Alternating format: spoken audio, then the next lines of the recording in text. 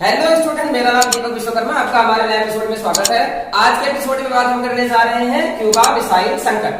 Political science समकालीन विश्व राजनीति का फर्स्ट चैप्टर सीक्यू का लॉ, उसका एक टॉपिक है। क्यूबा मिसाइल संकट बहुत फेमस टॉपिक है और बेटा इस टॉपिक के अंदर से काफी सारे क्वेश्चंस आपके बनने हैं, तो मैं आपको बहुत अच्छे तरीके से बिल्कुल आसान भाषा में समझाने जा रहा हूँ कि किस तरीके से ये क्यूबा का मिसाइल संकट घटित हुआ और इसके अंदर क्या क्या कॉन्सिक्वेंसेस हुए और क्या क्या इसके अंदर घटनाएं घटित हुई। तो चलिए स्टार्ट करते हैं कैसे क्यूबा मिसाइल संकट को हम पढ़ेंगे।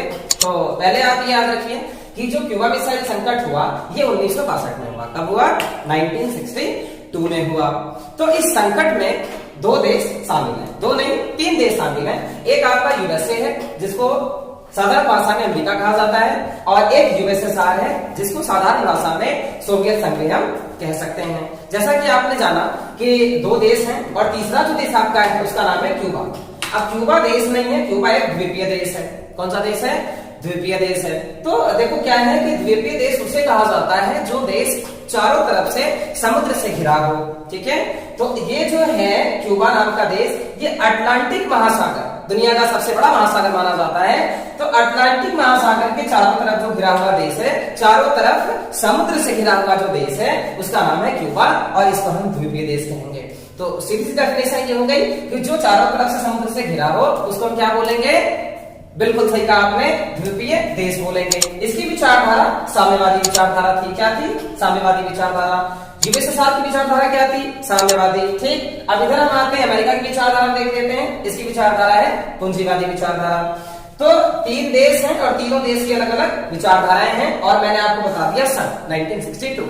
आगे की कहानी में आपको समझाऊं। देखो बेटा, आसान स्टोरी है, बहुत आसानी से आप इसको समझ सकते हैं। हुआ कुछ यूं कि अमेरिका नाम का जो देश था, इस देश ने अपनी कंपनियां क्यूबा में स्थापित करी थी। कहां स्थापित करी थी? क्यूबा में। अब होता यूं है ना कि जब एक देश को प्रॉफिट जिस देश में होता है, वो अपनी कंपनियां और अपने लोगों को उस देश में भेज करके वैसा लाभ उठाने का प्रयास करता है।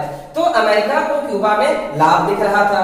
तो बात 1959 की है। कब की बात है? 1959 की। इन्होंने अपनी कंपनियां स्थापित करें, लेकिन एक प्रॉब्लम ये हुई कि क्यूबा में एक तख्तापलट हुआ। क्या हुआ? तख्तापलट का मतलब ये होता है कि क्यूबा का शासन व्यवस्था बदल गया, और क्यूबा की शासन व्यवस्था में एक बहुत बड़े नेता जिनका नाम था फिदेल कास्ट्रो।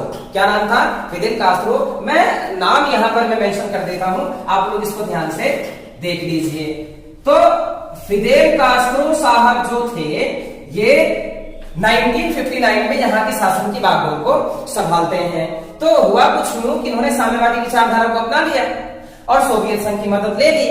अब यहाँ अमेरिका ने जो अपनी कंपनियां यहाँ क्यूबा में स्थापित करी थी, क्या स्थापित करी थी? कंपनियां। किस लिए? फायदे के लिए।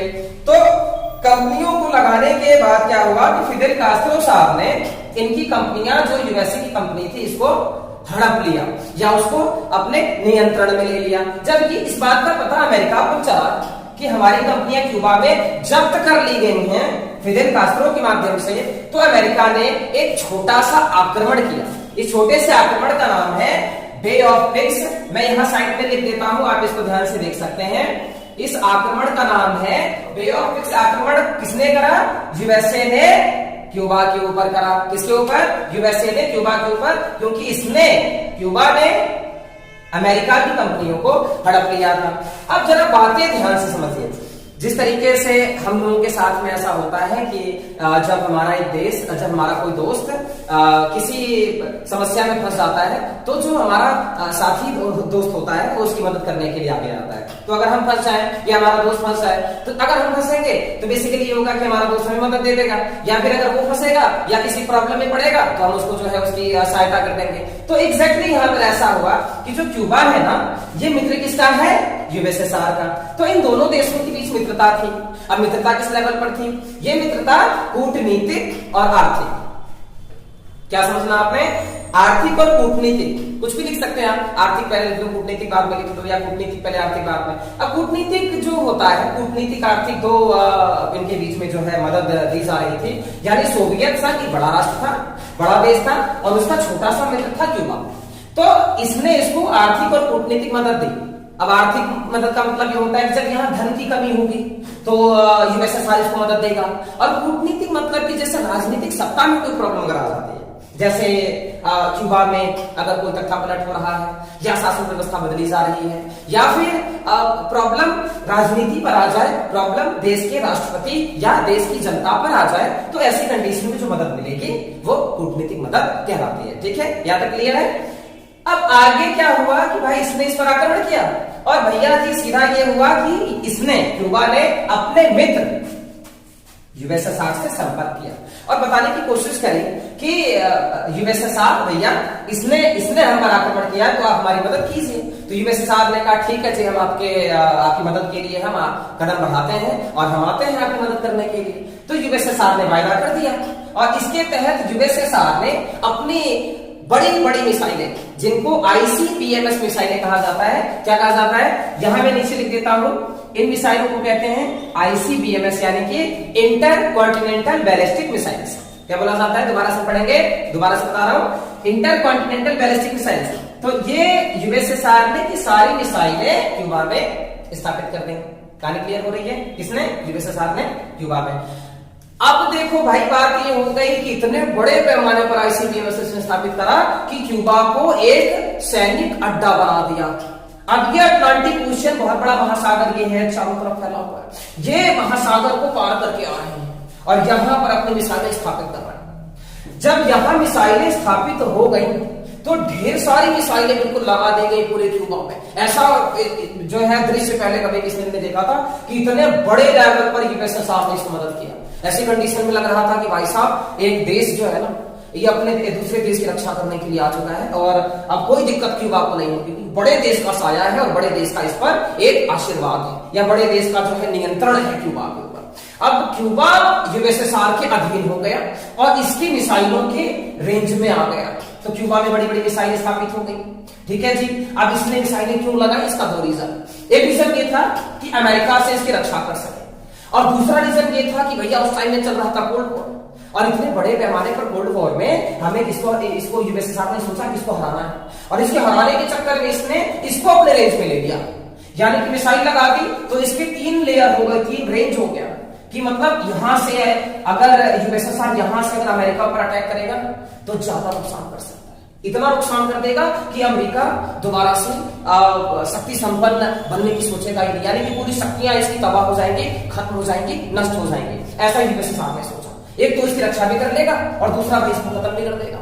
तो वही कहते हैं ना कि सांप भी मर जाए लाठी भी ना टूटे, या फिर ये कह सकते हैं कि जिसकी मर जाए लाठी भी ना टूटे। ऐसी कंडीशन में यूएसएसआर ने एक अपॉर्चुनिटी देखी, एक मौका देखा कि यहां पर अमेरिका के जस्ट बगल में बैठ करके यूएसएसआर को तबाह कर सकता है। एक बड़ी इंफॉर्मेशन बताने जा, ध्यान से इसको सुनो। बात यह है कि यूएसए बिल्कुल जो यूएसए है ना, इसके करीब क्यूबा है और इनकी दूरी तकरीबन 140 किलोमीटर है। कितनी है, 140 किलोमीटर।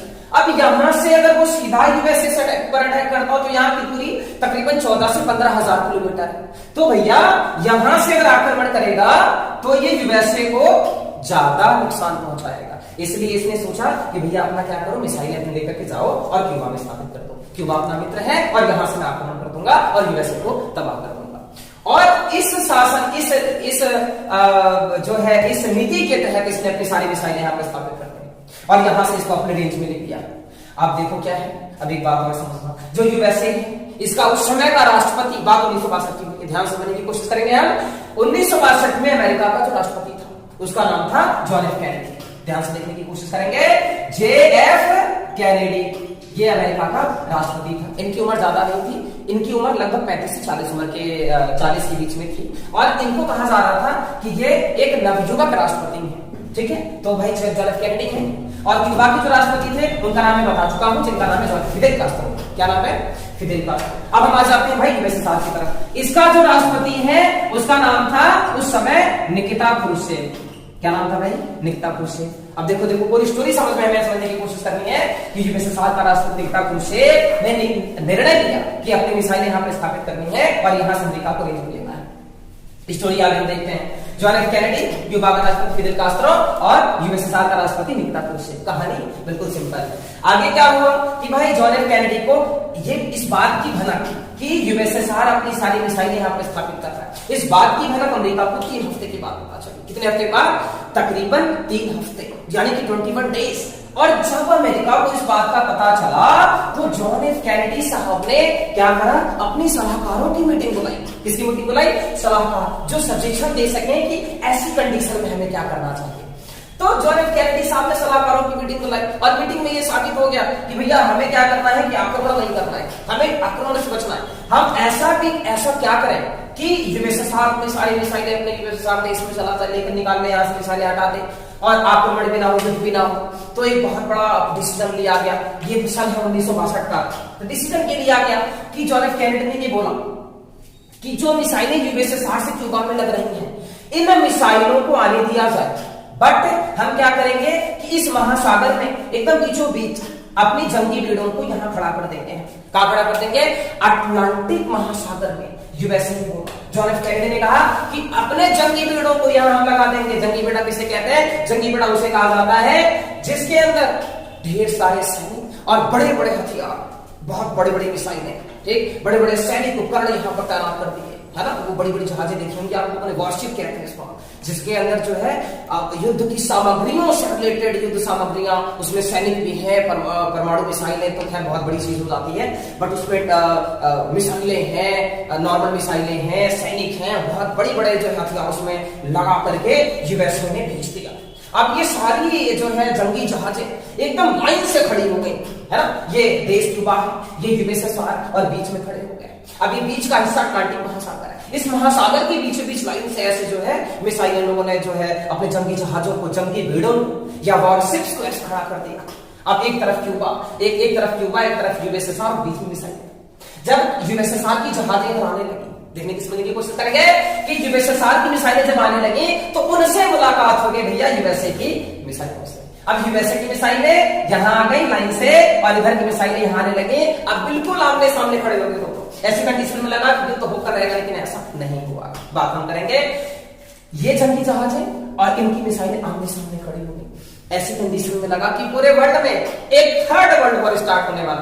पूरे वर्ल्ड में टीवी में, न्यूज़पेपर में और बड़े बड़े आर्टिकल छापे जाने लगे। पूरे वर्ल्ड में हाहाकार मच गया कि भैया चल क्या रहा है, 2 देशों के बीच की लड़ाई पूरे वर्ल्ड को भुगतनी पड़ेगी। ऐसी कंडीशन में लगा कि अब थर्ड वर्ल्ड वॉर हो जाएगा और इस थर्ड वर्ल्ड वॉर में परमाणु हथियार चलेंगे जो बहुत बड़ा नुकसान कर सकते हैं सिर्फ इन दोनों का नहीं भैया, पूरे विश्व का। ऐसी कंडीशन में देखने की कोशिश करेंगे, एक तरफ मिसाइलें ये और दूसरी मिसाइलें यूएसएसआर से आने लगी। आमने सामने खड़े हो गए, ऐसे करके खड़े हो गए भैया, कोई पीछे हटने को राजी नहीं। दोनों एकदम बिल्कुल ऐसे तैनात हो गए और कहा अब तो हम लड़ेंगे। अब पूरे विश्व की जो है फट गई, पूरे विश्व में जो है समस्याएं उत्पन्न होने लगी। हर देश इस पर जो है वार्तालाप करने लगा कि भैया अब तो मरने के लिए तैयार हो जाओ, क्योंकि भैया इनकी मिसाइलें हमें खत्म कर देंगे। आगे हम देखते हैं क्या ऐसा हुआ? नहीं हुआ। कुछ यूं कि ये मिसाइलें ऐसे खड़ी रही और इधर की मिसाइलें ऐसे खड़ी हुई, दोनों आमने सामने। इनके बीच में एक बहुत बड़ा अंतरराष्ट्रीय संगठन आता है जिसका नाम है यूएनओ। क्या नाम है जी? यूएनओ। मैं आगे से लिख देता हूं, ध्यान से देखने की कोशिश करेंगे। इसकी फुल फॉर्म है यूनाइटेड नेशन ऑर्गेनाइजेशन। क्या कहते हैं? United nation. अब ध्यान से सुनने की कोशिश करेंगे, यूनाइटेड नेशन ऑर्गेनाइजेशन। इस संस्था ने शांति करने के लिए इन दोनों देशों की बैठकें इकट्ठा करवाई। इसको गुप्त मीटिंग कहते हैं। इस मीटिंग में यह कहा गया, यूएनओ ने इनके बीच में कॉम्प्रो करवाने की कोशिश करी, जिस तरीके से हम लोग भी आपस में लड़ जाते हैं। कभी कभार बच्चे आपस में लड़ते हैं, 2 व्यक्ति आपस में लड़ते हैं, 2 देश आपस में लड़ते हैं। तो जैसे हमारे बीच में कॉम्प्रो करवाने के लिए कोई चाचा, पापा, मामू, हमारे कोई और रिलेशनशिप में आने वाले लोग आकर के हमारा कॉम्प्रोमाइज करवा देते हैं, उसी तरीके से यूएसएसआर के बीच की इस लड़ाई को किसने कॉम्प्रोमाइज करवाया जी? यूएनओ ने। क्या नाम है इसका? United Nation Organisation. इस संगठन ने जो है इनके बीच कॉम्प्रोमाइज करवाई, सीक्रेट मीटिंग करवाई और यूएसए और यूएसएसआर को प्रताड़ना दी और कहा कि यूएसएसआर तो पहले बोला कि तुमने यहाँ मिसाइलें क्यों स्थापित करी। यूएसएसआर ने कहा जी हम तो स्थापित करना ही नहीं चाह रहे थे, पहले तो अमेरिका ने यहाँ पर जो है चुल करी, क्या करी, मसला उत्पन्न किया। कैसे करा कि यूएसए ने यहाँ पर पहले छोटा सा आक्रमण, क्या नाम था उसका, बे ऑफ पिग्स। अब देखो यही तो मसला है, इसने यहाँ हमला किया था तो इसने मिसाइलें स्थापित करी, वरना ऐसा थोड़ी हो जाता है कि मतलब मिसाइलें स्थापित कर देता है, इसको पागल कुत्ते ने थोड़ी काट रखा है। भैया सीधी सी बात है कि यूएसए ने बे ऑफ पिग्स का आक्रमण किया और ऐसी कंडीशन में जो यूएसए ने मिसाइलें स्थापित करी, तो यूएन ने पूछा कि भैया आपने करी, तो कहा जी हमने, हाँ हम गलती की, वैसे काम गलती मानते हैं कि हमने आक्रमण किया, लेकिन भैया हमारी कंपनी अड़प ली क्यूबा ने, तो हम क्या करते हैं, हम ऐसे शांत थोड़ी बैठते, भैया हमारा इतना पैसा वहां लगा, उनको आक्रमण तो करेंगे नहीं ऐसी कंडीशन में। तो कहा चलो कोई बात नहीं है, दोनों की बातें सुनी गई, क्यूबा की बातें सुनी गई और यूएनओ ने दोनों के बीच कॉम्प्रोमाइज करवा दिया। कॉम्प्रोमाइज ने कहा कि क्यूबा में जो मिसाइलें यूएसए सामने लगाई हैं ये वापस जाएंगी, पहली बात। और दूसरी बात की अगेन दोबारा से पुनः यूएसए आक्रमण नहीं करेगा, तो ये दोनों के दोनों देश मान गए और इसने अपनी मिसाइलें हटाने का निर्णय ले लिया। तो ऐसी कंडीशन में क्यूबा की मिसाइलें भैया जाएंगी यूएसए साथ, और क्यूबा ने कसम खा ली कि आज के बाद युद्ध नहीं करूंगा, आज के बाद आक्रमण नहीं करूंगा क्यूबा के ऊपर, अनावश्यक दबाव नहीं डालूंगा। बात समझ में आ रही है? इसी घटना को, इसी संकट को क्यूबा मिसाइल संकट ने क्या करवा दिया भैया, कॉम्प्रोमाइज। और इन्होंने कहा जी हम हैप्पी हैं, यानी यूएसए ने कहा कि मैं कभी क्यूबा पर आक्रमण नहीं करूंगा और यूएसए साहब ने कहा मैं कभी मिसाइल स्थापित नहीं करूंगा। चलो ठीक है भाई कॉम्प्रोमाइज। अब क्यूबा छोटा सा देश तो हैप्पी हो गया कि भैया आगे तो कोई प्रॉब्लम ही नहीं होने वाली, हम तो हैप्पी हैं, कोई दिक्कत नहीं। तो इस पूरी घटना को हम क्यूबा मिसाइल संकट क्या लिखा हुआ है, क्यूबा मिसाइल संकट। इसी घटना को, बड़ा साधारण सी घटना है भैया, कोई ज्यादा दिमाग नहीं लगाना है, सीधा सा 3 देश ले लो, 1 2 3, इनके बीच में संकट करवा दो, वही क्या हो जाएगा मिसाइल संकट। नॉर्मल सी बात है, कब एक डेट लिख दो 1962, सिंपल, कोई ज्यादा दिक्कत वाली बात नहीं है। तो मैं आपको बिल्कुल सिंपल स्टोरी समझाने की मैंने कोशिश करी। एक देश यूएसए ले लो, कैसे सिंपल समझेंगे, एक देश यूएसए को कर लिया, एक देश यूएसए साथ ले लिया, ठीक है जी, और एक देश ने क्यूबा कर लिया, कोई मसला तो नहीं है भाई, 3 देशों में क्या ही मसले होने वाले हैं, छोटा सा मसला होगा, क्लियर कर लेंगे। तो यूएसए है, यूएसएसआर और क्यूबा, भैया सिंपल। भैया इसकी विचारधारा पूंजीवादी विचारधारा डाल लो और इसकी विचारधारा साम्यवादी, और यह देश की वजह छोटा सा क्यूबा यहाँ पर लिखा हुआ है, तो क्यूबा द्वीपीय देश है जो चारों तरफ से समुद्र से घिरा हुआ है, इसकी विचारधारा साम्यवादी। अब ये इसको आर्थिक मदद देता है, कूटनीतिक मदद देता है, इसके राष्ट्रपति का नाम फिदेल कास्ट्रो, इसके राष्ट्रपति का नाम जॉन एफ कैनेडी और इसके राष्ट्रपति का नाम निकता क्रुश्चेव। सिंपल। अब इसने मिसाइल यहां स्थापित करी, इसको पता चला, इसने अपने जंगी जहाजों को भेजा और इनके बीच में संकट उत्पन्न हुआ, जो रियल में नहीं हुआ, एक्चुअली संकट ही रहा। बस संकट में सारी कंडीशन क्लियर हो गई और इस संकट में लड़ाई नहीं हुई, इसको कहा जाता है क्यूबा मिसाइल संकट। अच्छा इसका एक और नाम मैं आपको बताना चाहूंगा, क्यूबा मिसाइल संकट को शीत युद्ध का चरम बिंदु कहते हैं। क्या कहते हैं? शीत युद्ध का चरम बिंदु। तो अगर कभी आ जाए कि भैया क्या क्यूबा मिसाइल संकट शीत युद्ध का चरम बिंदु था, हाँ बिल्कुल क्यूबा मिसाइल संकट शीत युद्ध का चरम बिंदु था, तो कोई भी नाम आ जाए दोनों का नाम सिंपल, ठीक है। तो आज हमने क्या पढ़ा, क्यूबा मिसाइल संकट या शीत युद्ध का चरम बिंदु। तो आज के लिए धन्यवाद, अगले एपिसोड मिलेंगे, पार्ट 2। नमस्कार।